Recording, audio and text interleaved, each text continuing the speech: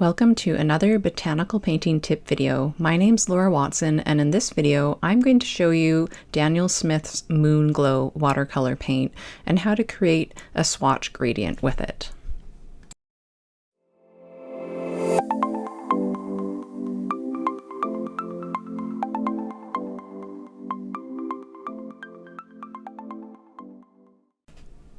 I'm starting off just by slicing up some paper. I'm using Fluid brand 140-pound cold press paper. I'm using this paper because it's normally the paper I create my botanical paintings on, so I want to see how the color behaves. And then I'm dividing each strip into 4 sections, and each strip is 1.5 inches wide. So you just get 4 strips from half of a 9x12 sheet.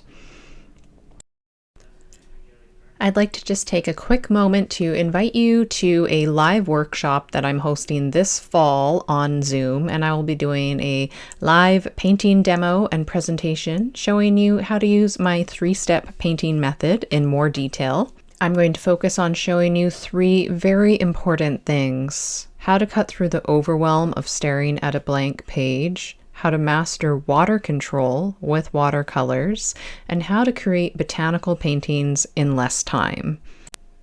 I hope you can join me for this free workshop. Please click the link below in the video description to sign up.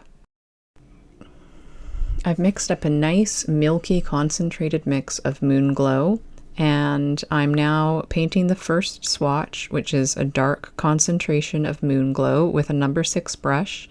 And this video is to show you what Moonglow looks like and the colors that I have in my palette, but it's also to show you this exercise, which is extremely valuable to do, especially if you want to learn my 3-step painting method for botanical painting, because botanical painting is all about creating contrast and delicate looks of the plants, and to do that you need to use the same color in varied tone.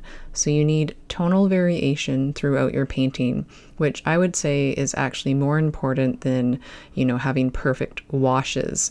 And so this is a great way to see what your colors look like, but also to practice tonal variation. And I like to call it sort of the dip and dab method, because you dip your brush and then you dab it on the paper towel to lighten up. You don't swash your brush around like I just did. This is me rinsing my brush out. You just dip it and then dab it to get a tiny bit of that color off. And I'm just going to mix up more of the Moonglow now, and I'm showing you the same thing but in context.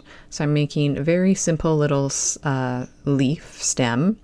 So I've started off with my dark Moonglow mix now, and I'm using just sort of broad strokes to create those darker leaves. And now you can see I'm going to use the dip dab method, dip and dab, just getting a little bit of that color off my brush, and now I've got a bit of a lighter tone.